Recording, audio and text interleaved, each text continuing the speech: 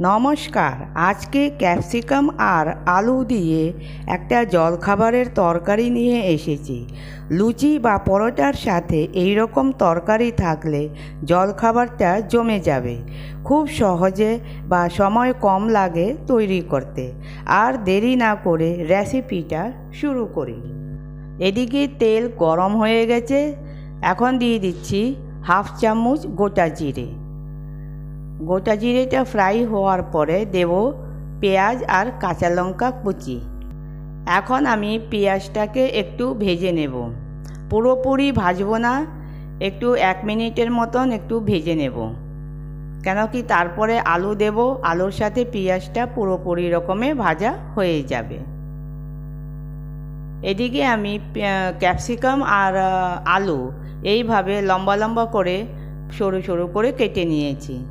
এই দেখুন পেঁয়াজটা একটু ভাজা হয়ে গেছে। এখন আমি এতে দিয়ে দিচ্ছি আলুটা দিয়ে এখন একটু ভালো করে ভেজে নেব। আলুও সাথে সাথে ভাজা হয়ে যাবে আর পেঁয়াজও ভাজা হয়ে যাবে। এখন দিয়ে দিচ্ছি হলুদ আন্দাজ করে। হলুদটাকে ভালো করে মিক্স করে দেব। হলুদ ভালো করে মিশিয়ে দেওয়ার পরে এটাকে একটু ঢেকে দেব।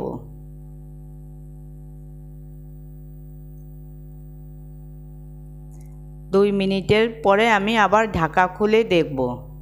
এই যে দেখুন আলু আর পেঁয়াজ খুব সুন্দর ভাজা হচ্ছে। এখন দিয়ে দেব আন্দাজ করে একটু লবণটা দিয়ে তারপরে আবার নাড়াচাড়া করে দেব আর ঢেকে দেব। ঢাকা দিলে তাড়াতাড়ি আলু সফট হয়ে যাবে।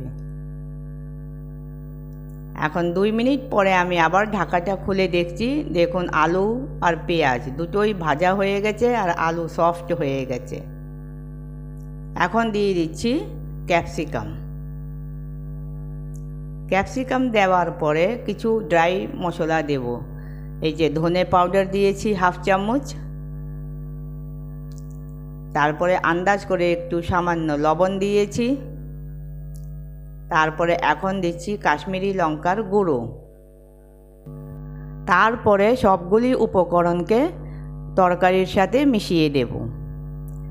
এখানে আমি একটা কথা বলতে চাই, আমার নতুন বন্ধু যদি আমার চ্যানেলটাকে ফলো করছে তাহলে সর্বপ্রথমে এই চ্যানেলটাকে লাইক আর সাবস্ক্রাইব করে নেও।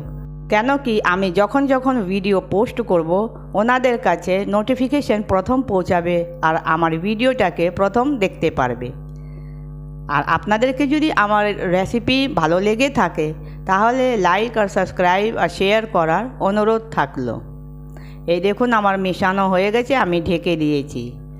এখন প্রায় আমি 4 মিনিট পরে ঢাকাটা সরিয়ে দেখছি, খুব সুন্দর তরকারি তৈরি হয়ে গেছে।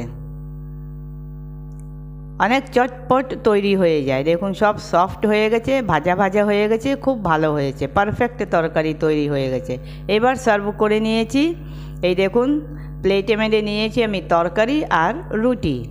এবার আমরা তো যাচ্ছি জলখাবার খেতে, আপনাদের কি ইচ্ছে এসে পড়ুন তাড়াতাড়ি। তরকারির কালারটা দেখুন কি সুন্দর হয়েছে, খুব ভালো তরকারি একটা হয়েছে আর খুব সহজে বাড়ির রাখা উপকরণ দিয়েই তৈরি হয়ে যায় আর খুব তাড়াতাড়ি, টাইম কম লাগে। অফিসের টিফিনেও দিতে পারেন, বাচ্চাদেরকে স্কুলের টিফিনেও দিতে পারেন।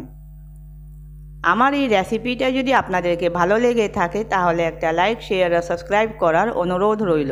আমি আবার আসছি, হাসতে থাকুন, হাসাতে থাকুন। Bye bye.